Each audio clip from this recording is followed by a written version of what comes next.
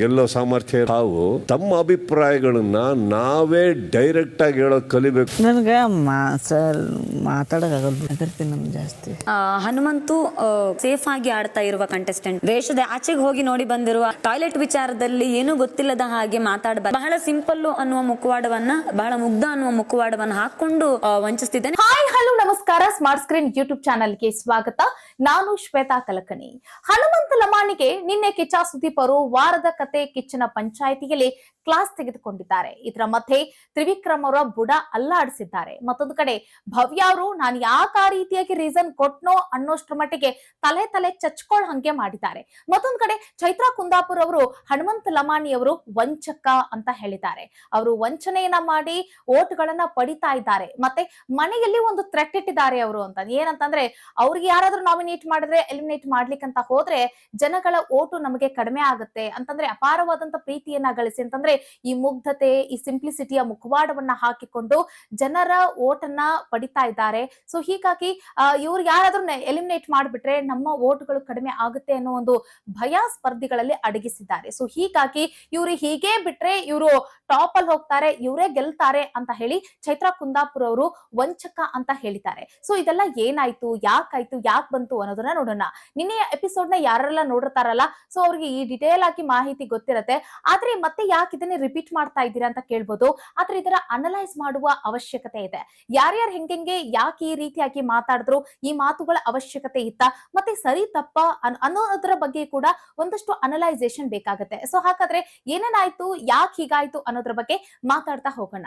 ಮೊದಲಾಗಿ ಪ್ರತಿ ವಾರ ಶುರುವಾಗ್ತಾ ಇದ್ದಂತೆ ಬಿಗ್ ಬಾಸ್ ತಂಡ ಒಂದು ಟಾಸ್ಕ್ ಅನ್ನ ಆಯೋಜನೆ ಮಾಡುತ್ತೆ. ಏನ್ ಟಾಸ್ಕ್ ಅಂತಂದ್ರೆ ಗ್ರೋಸರಿ ಟಾಸ್ಕ್. ಈ ಸಂದರ್ಭದಲ್ಲಿ ಏನಾಗುತ್ತೆ ಅಂತಂದ್ರೆ ತ್ರಿವಿಕ್ರಮ್ ಆಗಿರ್ಬೋದು, ಮತ್ತೆ ರಜತ್, ಭವ್ಯ ಮತ್ತು ಒಂದಿಷ್ಟು ಸ್ಪರ್ಧಿಗಳು ಏನ್ ಮಾಡ್ತಾರೆ ಅಂತಂದ್ರೆ, ಇಷ್ಟು ದಿನಗಳ ಕಾಲ ಯಾರು ಹೆಚ್ಚಾಗಿ ಆಟ ಆಡಿಲ್ಲ ನೋಡಿ, ಅವ್ರಿಗೆ ಆಟವನ್ನ ಬಿಟ್ಕೊಡ್ಬೇಕು ಅನ್ನೋ ಒಂದು ಉದ್ದೇಶದಿಂದಾಗಿ ಆಟವನ್ನ ಬಿಟ್ಕೊಡ್ತಾರೆ. ಆ ಸಂದರ್ಭದಲ್ಲಿ ತ್ರಿವಿಕ್ರಮ್ ಅವರು ಒಂದು ಮಾತು ಹೇಳ್ತಾರೆ. ಏನು ಅಂತಂದ್ರೆ, ಇಷ್ಟು ದಿನ ನಾವು ಆಟ ಆಡಿ ಅನ್ನ ಹಾಕಿದ್ದೀವಿ, ಇನ್ನು ನೀವು ಆಟ ಆಡಿ ಅನ್ನ ಹಾಕಿ ಅಂತ ಹೇಳಿ ಇವರೊಂದು ಮಾತನ್ನ ಹೇಳಿರ್ತಾರೆ. ಸೊ ಇದು ಒಂದು ರೀತಿ ದುರಹಂಕಾರದ ಮಾತಾಗಿರುತ್ತೆ. ಈ ಮಾತಿಗೆ ಕಿಚ್ಚ ಸುದೀಪ್ ಅವರು ಸಿಟ್ಟು ಮಾಡ್ಕೊಳ್ತಾರೆ, ಬೇಜಾರಾಗಿದ್ದಾರೆ, ಮತ್ತೆ ಅವ್ರಿಗೆ ಸರಿಯಾಗಿ ಕ್ಲಾಸ್ ತೆಗೆದುಕೊಂಡು ಅವರ ಬುಡ ಮೇಲನ್ನ ಮಾಡಿದ್ದಾರೆ. ತದನಂತರ ಇಲ್ಲಿ ಹನುಮಂತ ಲಮಾನಿಗೂ ಕೂಡ ಕ್ಲಾಸ್ ತೆಗೆದುಕೊಂಡಿದ್ದಾರೆ. ಯಾಕೆಂತಂದ್ರೆ ತ್ರಿವಿಕ್ರಮ್ ಅವರು ಮಾತಾಡಿದ್ದು ಹನುಮಂತನ ಮುಂದೆ. ಹನುಮಂತ್ ಅವರು ಸರಿಯಾಗಿ ಅವರಿಗೆ ಚಾಟಿ ಬೀಸಬೇಕಾಗಿತ್ತು, ಸ್ಟ್ಯಾಂಡ್ ತೆಗೆದುಕೊಳ್ಬೇಕಾಗಿತ್ತು. ಯಾಕೆ ಹಿಂಗ್ ಮಾತಾಡಿದ್ರಿ, ನೀವ ನಮ್ಗೆ ಅನ್ನ ಹಾಕ್ತಾ ಇರೋದು ಅನ್ನೋದ್ರ ಬಗ್ಗೆ ಪ್ರಶ್ನೆ ಮಾಡ್ಬೇಕಾಗಿತ್ತು.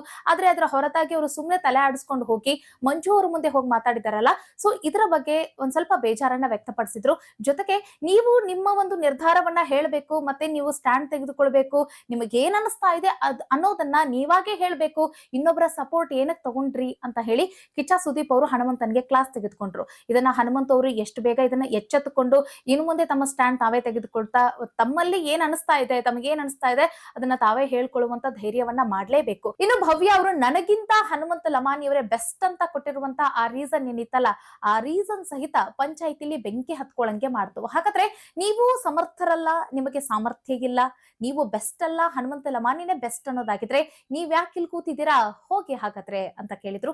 ಅದರ ಜೊತೆಗೆ ನೀವು ನಿಮ್ಮನ್ನೇ ನೀವು ಡಿಮೋಟಿವೇಟ್ ಮಾಡ್ಕೊಳ್ತಾ ಇದ್ದೀರಾ, ಹಾಗಾದ್ರೆ ನೀವೇ ಹೇಳ್ಕೊಳ್ತಾ ಇದ್ದೀರಾ ನಾನು ಇದಕ್ಕೆ ಅರ್ಹತೆ ಇಲ್ಲ, ನನ್ನ ಟ್ರೋಫಿಗೆ ಅರ್ಹ ಇಲ್ಲ, ಎಲ್ಲದಕ್ಕೂ ಹನುಮಂತ ಲಮಾನಿನೇ ಇದ್ದಾರೆ ಅಂತ ನೀವೇ ಸ್ಟೇಟ್ಮೆಂಟ್ ಕೊಡ್ತಾ ಇರೋ ಹಾಗಿದ್ರೆ ಮತ್ ಯಾಕಿದ್ದೀರಾ, ಯಾಕೆ ಆಟ ಆಡ್ತಾ ಇದ್ದೀರಾ ಅನ್ನೋ ಒಂದು ಲೆಕ್ಕದಲ್ಲಿ ಸುದೀಪ್ ಅವರು ಅವ್ರಿಗೆ ಮಾತಾಡಿದ್ರು. ಸೊ ಅದನ್ನ ಭವ್ಯ ಅವರು ಯಾವ ರೀತಿ ತೆಗೆದುಕೊಳ್ತಾರೆ ಅನ್ನೋದನ್ನ ನೋಡ್ಬೇಕು, ಅವ್ರು ಹೆಂಗೆ ಎಚ್ಚೆತ್ಕೊಳ್ತಾರೆ ಅಂತ ನೋಡ್ಬೋದು. ಸೊ ಈ ಒಂದು ಕಡಿಮೆ ಅವಧಿಯಲ್ಲಿ ಅಂತಂದ್ರೆ ಇನ್ನೇನು ಫಿನಾಲೆ ಹತ್ರ ಇದೆ, ಈ ಸಂದರ್ಭದಲ್ಲಿ ಸ್ಪರ್ಧಿಗಳು ಇಷ್ಟೊಂದು ಬೇಜವಾಬ್ದಾರಿತನದಿಂದ ಆಟವನ್ನ ಆಡಿದ್ದು ಮಾತ್ರ ತಪ್ಪು ಅಂತ ಹೇಳ್ಬೋದು. ಯಾಕಂತಂದ್ರೆ ತ್ರಿವಿಕ್ರಮ್ ಕೂಡ ಸ್ವಲ್ಪ ಯೋಚನೆ ಮಾಡಿ ಮಾತಾಡ್ಬೇಕು. ಮತ್ತೆ ಭವ್ಯ ಅವರು ಹನುಮಂತ ಲಮಾನಿ ಬೆಸ್ಟ್ ಅಂತ ಹೇಳ್ತಾ ಇದಾರೆ, ಹಾಗಾದ್ರೆ ತಾವು ವರ್ಸ್ಟ್ ಅದನ್ನ ಅರ್ಥ ಮಾಡ್ಕೋಬೇಕು.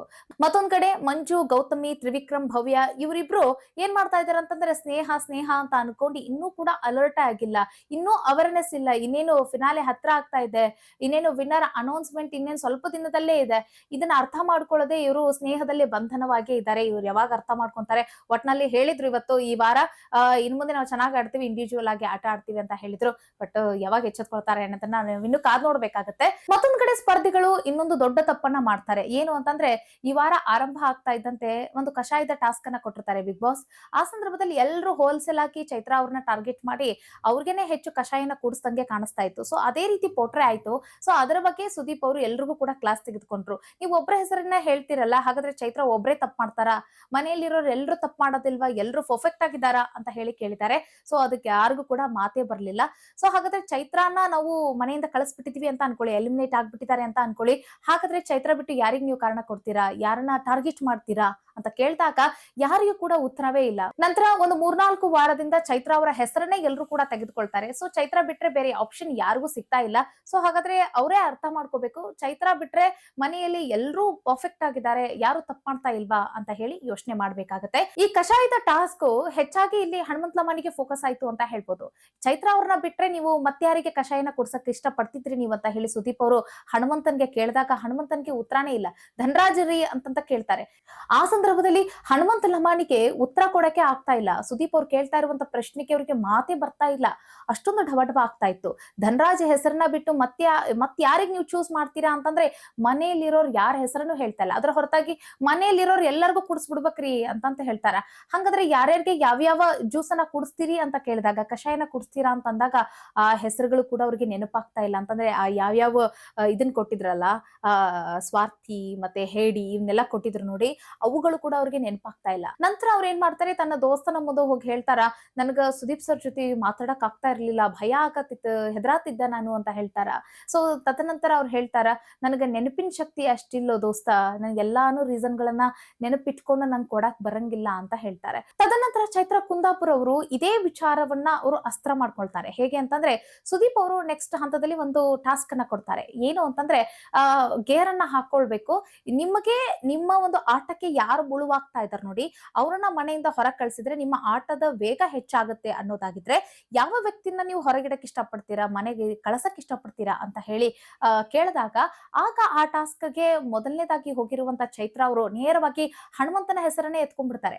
ಹನುಮಂತ ಲಮಾನಿ ಅವ್ರು ಏನ್ ಮಾಡ್ತಾ ಇದ್ದಾರೆ ಅಂತಂದ್ರೆ, ಇವರು ಸಿಂಪ್ಲಿಸಿಟಿ ಮತ್ತೆ ಮುಗ್ಧತೆಯ ಮುಖವಾಡವನ್ನ ಹಾಕಿಕೊಂಡು ಜನರ ಓಟನ್ನ ಪಡಿತಾ ಇದ್ದಾರೆ, ಜನರಿಂದ ಹೆಚ್ಚಿನ ಪ್ರೀತಿನ ಗಳಿಸ್ತಾ ಇದ್ದಾರೆ. ಸೊ ಸೇಫ್ ಆಗಿ ಆಟವನ್ನ ಆಡ್ತಾ ಇದ್ದಾರೆ. ಒಂದ್ ರೀತಿ ಮನೆಯಲ್ಲಿ ಹೆದರಿಕೆನೂ ಕೂಡ ಇಟ್ಟಿದ್ದಾರೆ. ಏನಂತಂದ್ರೆ ಇವ್ರನ್ನ ಯಾರು ನಾಮಿನೇಟ್ ಮಾಡ್ಲಿಕ್ಕೆ ಹೋಗುದಿಲ್ಲ, ಇವರ ಹೆಸರನ್ನ ಯಾರು ಹೆಚ್ಚಾಗಿ ತೆಗೆದುಕೊಳ್ಳಕ್ಕೂ ಹೋಗುದಿಲ್ಲ.